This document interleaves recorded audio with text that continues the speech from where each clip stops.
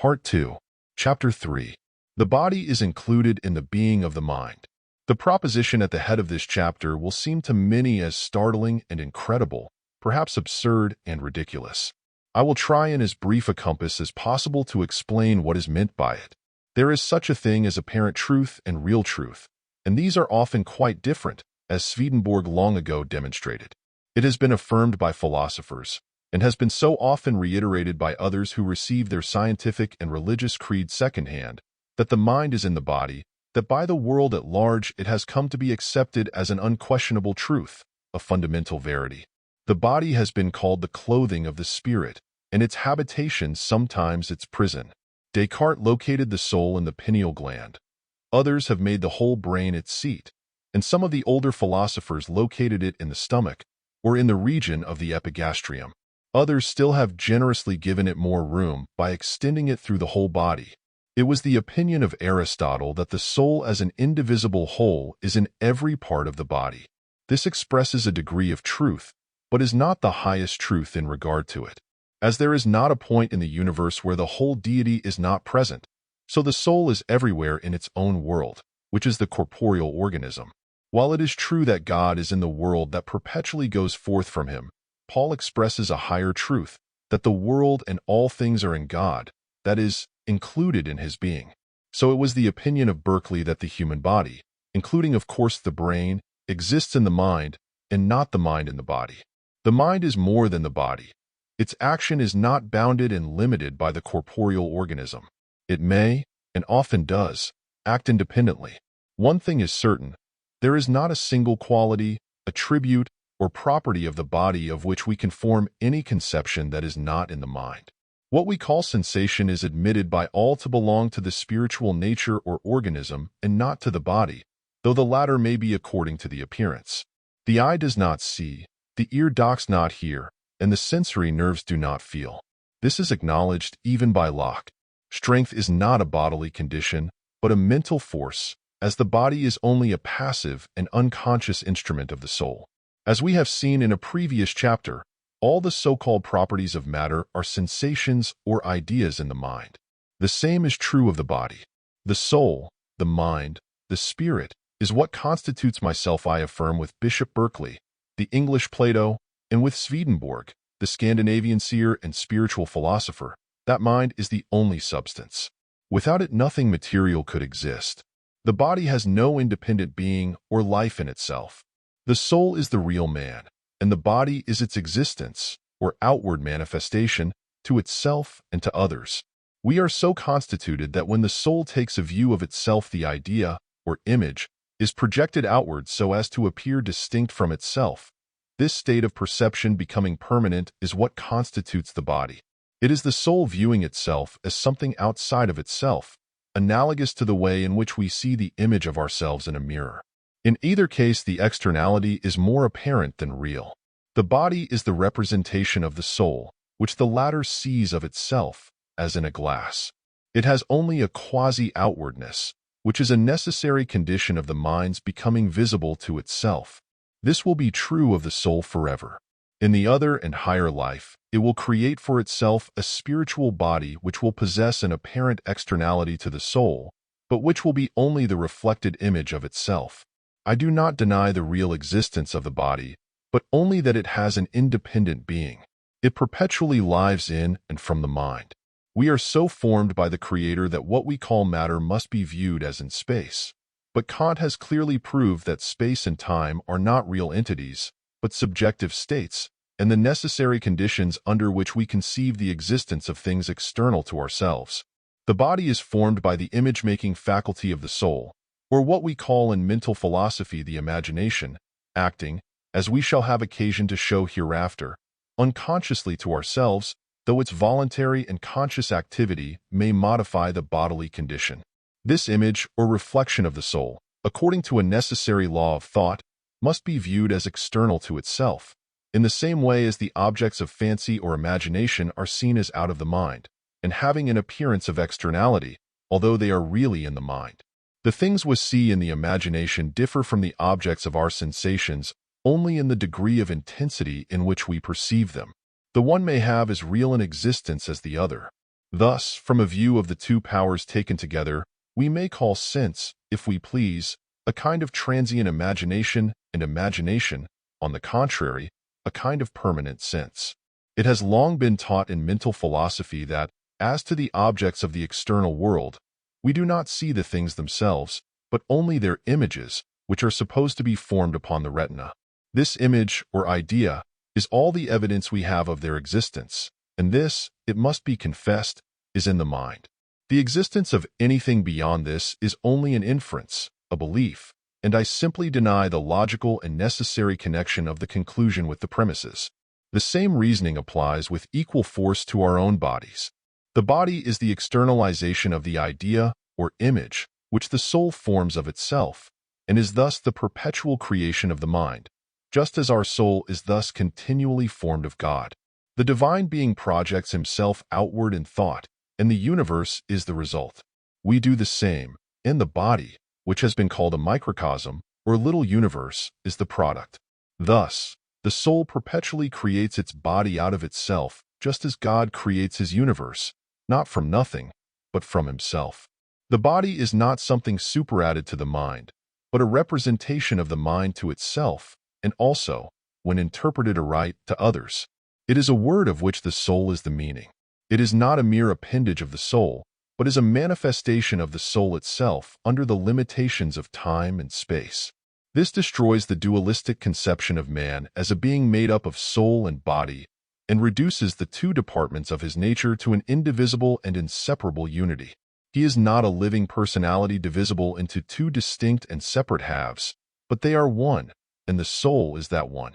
The soul has taken, and ever will take, the body as its own creation into a personal union with itself, a union the most consummate and absolute of which we know, or of which we can conceive, infinitely transcending the completeness of the most perfect mechanical and chemical unions, and they are as completely one to us as if they were one substance. This assertion of Professor Croth, in his edition of the great work of Berkeley, is true. For the spirit is the one and only substance, and the body has no existence except in and from that. The body is the shadow, and the mind is that to which it belongs, and to which it is attached, and the two are vitally linked together. When one affirms that the mind is in the body, what does he mean? Do his words imply the same as when he says the bird is in the cage, or the man is in the house? He surely cannot mean this. So, when I invert the principal terms of the proposition and assert that the body is in the mind, I do not mean the same as when I say that one material object is enclosed within another, as, for instance, a gem in a casket. I only affirm two things, that the body does not and cannot limit the action of mind, and that the mind neither lives in it nor from it. As Sir Thomas Browne expresses it, that mass of flesh that circumscribes me limits not my mind. The body is that which gives to the soul the property of visibility, both to ourselves and others, but it does not manifest the whole of the soul.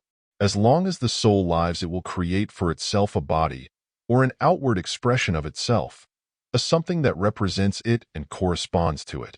This will be true of it forever. What the world calls death, which is only transition to a higher degree of life, and an ascent in the scale of existence, does not disrobe the soul of a bodily manifestation and leave it a formless puff of empty air. This is taught by Paul in that remarkable passage in his second epistle to the church at Corinth, where he uses both the Pythagorean and the Platonic form of expression for the body as the garment and the habitation of the soul. For we know that if our earthly house of this tabernacle were dissolved, we have a building of God, a house not made with hands, eternal in the heavens. For in this we groan, earnestly desiring to be clothed upon with our house which is from heaven, if so be that being clothed we shall not be found naked. The soul could no more have an existence without a body than God could exist without a universe that he perpetually creates out of himself and which manifests him. Paul declares that there is a natural body and there is a spiritual body, which, in connection with the context, means that as we have a body here in this rudimentary stage of existence fitted to the uses of the soul, so when we graduate to the next higher plane of life, we shall there have a body adapted to the external activity and manifestation of the spirit. But in both worlds the body is the outgrowth of the soul, and its visible representative, and is bound up in an indissoluble unity with it. Destitute of a bodily expression, souls or spirits could never become visible to others, even if they could to themselves. The body, by a necessary law of creation, corresponds to the soul, that is, it is an effect of which the soul is the cause, and an effect is always included in its cause, and is its outward manifestation. It will be asked, if the body derives its existence from the soul and is only its external manifestation, why must we eat in order to live? To this question the answer is at hand. It is not the object of eating our daily bread to give us life. Digestion does not generate the vital force, but is itself a vital action. We were born alive, and consequently lived before we overtook any nutriment into the stomach. Our antenatal existence was a dependent and derived mode of being through the umbilical cord. When this was cut, we entered upon an existence independent of the maternal organism. But that spiritual something that answers to the umbilical attachment and forever binds us to God, the primal and central life, has never been severed. In Him we live and move and have our being. Our existence is, and ever will be, enclosed within the womb of infinite being. We can never be so born or born again as to be independent of Him. Because He lives, we live also.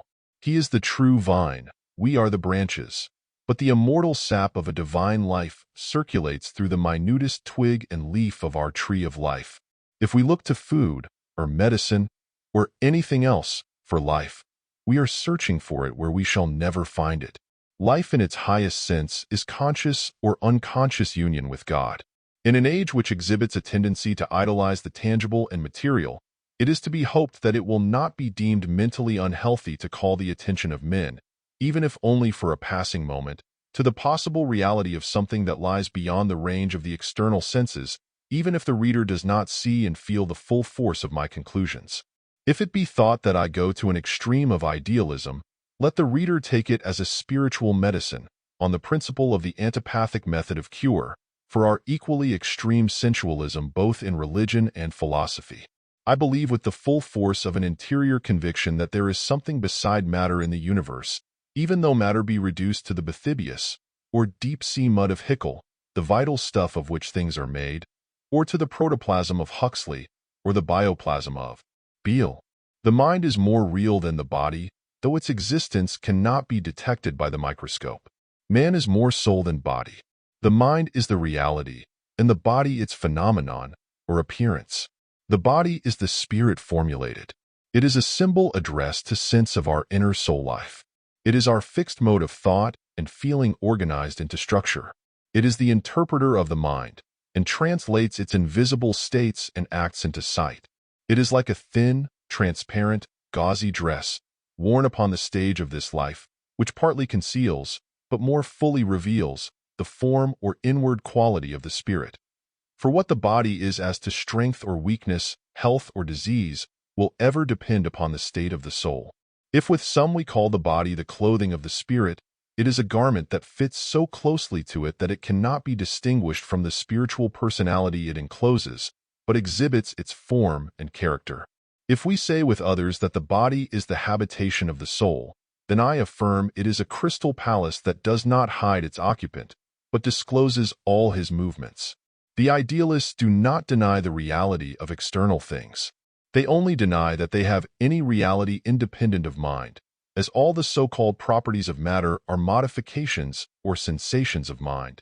They correspond or answer to something in the mind, and without the mind they could not exist. When men attribute to objects a real existence, they do not err. They only err when they suppose that those objects can or do exist independent of a perceiving mind. There can be no external world without a world of spirit in which it exists. The world of matter with all it contains is bound up in an indissoluble unity with the world of mind. All D, in fact, exists in it. So it is with regard to the body. All the properties of our bodies are only modifications of our minds. They are reducible to feelings or sensations in the soul.